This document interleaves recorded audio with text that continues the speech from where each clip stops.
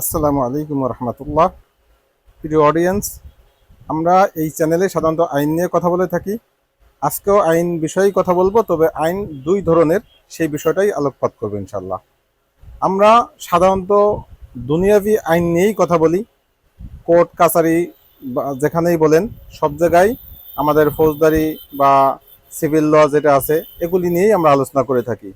এছাড়াও আর একটা আইন রয়েছে আমাদের, সেটা হচ্ছে আল্লাহ তাআলার বিধান বা স্রষ্টার আইন। স্রষ্টার আইন এটাও আমাদের মানা অপরিহার্য, অন্তত আমরা যারা মুসলিম দাবি করি, মুসলিম পরিচয় বহন করি, তাদের জন্য দুনিয়াবি আইন যেভাবে পালন করা দরকার, স্রষ্টার বিধানটাও সেভাবেই পালন করা উচিত। স্রষ্টার বিধান দুই ধরনের। একটা হচ্ছে শুধুমাত্র আল্লাহ তাআলার সাথে বান্দার কিছু হক রয়েছে, যেগুলি আমরা নামাজ, রোজা, হজ, জাকাত, কালিমা এগুলি অন্তর্ভুক্ত। আর কিছু বিধান রয়েছে যেগুলি সরাসরি আল্লাহর সাথে নয়, বরং বান্দার সাথে সেগুলি সম্পৃক্ত, এবং সেগুলিও মূলত আল্লাহরই হক। আল্লাহ পাক রব্বুল আলামিন তার নিজের হক যতটা না গুরুত্ব দিয়েছেন, তার থেকে বেশি গুরুত্ব দিয়েছেন তিনি বান্দার হকে।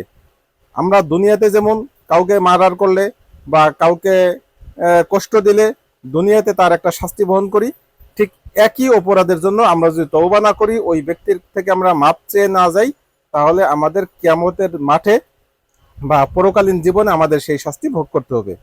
এজন্য আমরা দুনিয়াবি আইন সম্পর্কে যেভাবে আমরা সম্যক জ্ঞান অর্জন করব এবং সেগুলি যথাযথ পালন করার চেষ্টা করব, তদ্রূপভাবে আমাদের আল্লাহ তাআলার যে বিধানগুলি রয়েছে, আল্লাহর হক এবং বান্দার হক, এই দোনো বিষয়ে আমরা জ্ঞান অর্জন করব। বিশেষত বান্দার হকের ব্যাপারে আমরা খুবই সচেতন থাকব।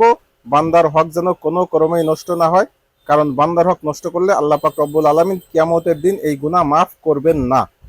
আল্লাহর হক নষ্ট করলে আল্লাহ চাইলে মাফ করতে পারবেন, কিন্তু বান্দার হক আল্লাহ তাআলা কশিন কালেও মাফ করবেন না, যতক্ষণ না পর্যন্ত ওই বান্দা তাকে মাফ না করে। আর কিয়ামতে কোনো বান্দা আর এক বান্দাকে মাফ করবে, এটা একেবারেই অকল্পনীয় বিষয়। যে কারণেই আমরা যদি কারো হক নষ্ট করে থাকি, অবশ্যই অবশ্যই আমরা যেন দুনিয়াতেই তার থেকে আমরা ক্ষমা চেয়ে নেই, এবং যদি তার কোনো কাজা কাফফারা করা লাগে, যেমন আমরা যদি তার অর্থনৈতিক কোনো ক্ষতি করে থাকি, আমরা সেই অর্থনৈতিক ক্ষতিটা যেন আমরা পুষিয়ে দিয়ে তারপরে তার থেকে আমরা ক্ষমা চাই। আল্লাহ পাক রব্বুল আলামিন আমাদেরকে দুনিয়া এবং আখিরাতের দুনো আইনের প্রতি শ্রদ্ধাশীল হয়ে আমল করার তৌফিক দান করুক।